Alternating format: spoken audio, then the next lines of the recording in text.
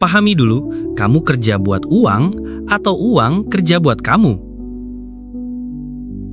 Selamat datang kembali di channel Langkah Hidup, tempat di mana kita belajar untuk mengubah hidup menjadi lebih baik. Pernah nggak sih kamu ngerasa, udah kerja keras tiap hari, tapi uang kayak cuma numpang lewat? Gajian hari ini, habisnya besok. Padahal kamu udah ngirit, udah berusaha, tapi tetap aja dompet kerasa kosong. Kenapa ya? Mungkin selama ini kita cuma tahu, kerja, dapat gaji, bayar ini itu, habis. Tapi kita nggak pernah benar-benar diajarin cara kerja uang yang sebenarnya.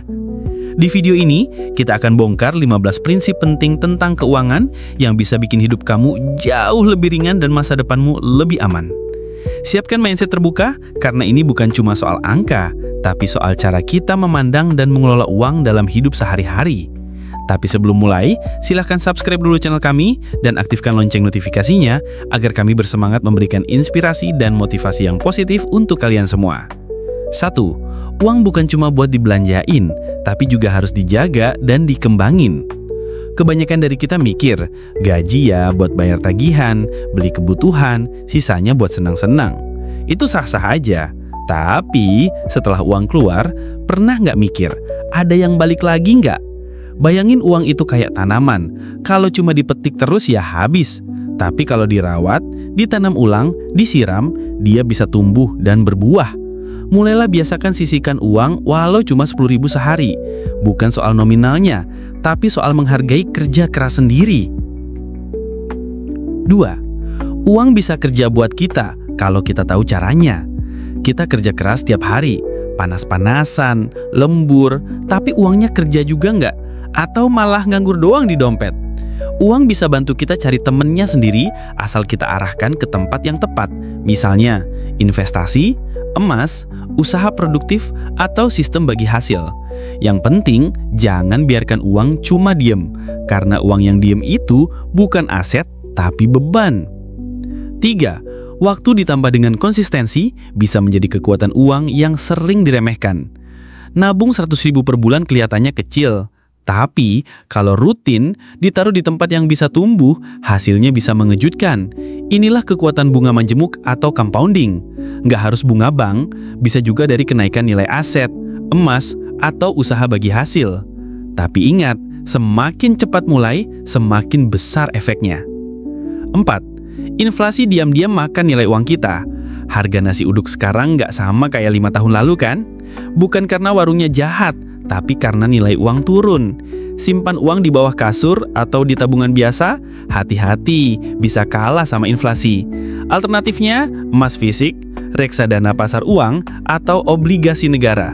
Yang penting, jangan biarkan uang kalian diam sambil digerogoti pelan-pelan. 5. Gaji besar gak menjamin bebas finansial. Gaji 2 digit, wah keren. Tapi berapa yang bisa ditabung atau diinvestasikan?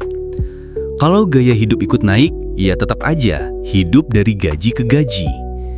Yang penting bukan seberapa besar gaji kita, tapi seberapa pintar kita mengelola uang itu. 6. Bedain utang konsumtif dan utang produktif. Utang buat belanja, liburan, handphone baru padahal yang lama masih bagus, itu konsumtif. Tapi kalau utang dipakai buat modal usaha, beli alat kerja, atau hal produktif, itu beda cerita. Tiap kali mau ngutang, tanya dulu ke diri sendiri, ini buat kebutuhan atau buat gaya hidup? 7. Uang dan emosi sering bentrok. Banyak keputusan keuangan kita itu bukan karena logika, tapi karena gengsi, FOMO, atau pengen diakui. Makanya sebelum ambil keputusan, tahan sebentar. Tanya pada diri sendiri, ini beneran butuh atau cuma pelampiasan emosi? 8. Gaji bukan satu-satunya sumber penghasilan. Kalau kita cuma ngandelin gaji, hidup bisa limbung kalau sumber itu hilang. Cari penghasilan tambahan, meskipun kecil, bisa jadi penyelamat. Seperti jualan kecil-kecilan, freelance, patungan usaha, atau investasi syariah atau konvensional. Buka mata, karena peluang itu luas. 9. Uang memperbesar pilihan hidup. Uang memang bukan segalanya, tapi dengan cukup uang, pilihan kita lebih banyak. Mau tinggal di tempat aman, sekolahin anak di tempat bagus, atau nolak kerjaan toksik. Itu semua butuh uang. Bukan soal matre, tapi soal kontrol atas hidup sendiri. 10. Ngatur uang butuh ilmu, bukan cuma feeling. Sering mikir kayaknya cukup deh, tapi seminggu sebelum gajian udah ngos-ngosan. Karena kita lebih sering pakai feeling, bukan strategi. Belajar keuangan itu bukan buat orang kaya aja, tapi buat semua orang yang mau hidup lebih tenang. 11. Kebocoran finansial itu dari pengeluaran kecil yang rutin. Kopi 15.000 sehari itu kelihatannya kecil, tapi kalau dikali sebulan, coba catat semua pengeluaran kecil kalian selama seminggu.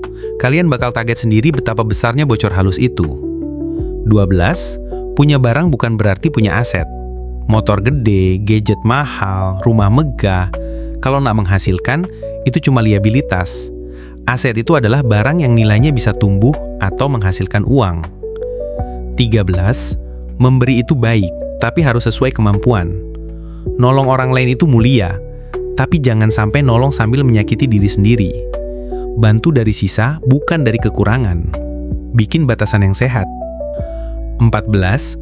Menunda belajar uang sama dengan menunda kemerdekaan finansial. Nunggu kaya dulu baru belajar keuangan. Terbalik. Justru belajar dulu biar bisa kaya. Semua orang sukses secara finansial dimulai dari satu langkah, belajar dan praktek dari sekarang. 15. Kebiasaan kecil hari ini penentu masa depan finansial. Nabung 10.000 per hari itu kelihatannya receh, tapi coba konsisten setahun. Itu udah 3,6 juta. Kalau ditaruh di tempat yang tepat, bisa tumbuh jadi pohon besar nantinya. Mulai dari kecil, jangan nunggu siap, karena yang siap adalah yang sudah mulai. Jadi, intinya, semakin kita ngerti cara kerja uang, semakin kita bisa mengatur hidup dengan tenang. Terima kasih sudah nonton sampai akhir. Kalau kamu suka video ini, jangan lupa like, share, dan subscribe biar nggak ketinggalan episode berikutnya. Semoga rezekimu makin berkah dan melimpah. Sampai jumpa di video berikutnya, dan tetaplah melangkah menuju kekayaan bersama Langkah Hidup.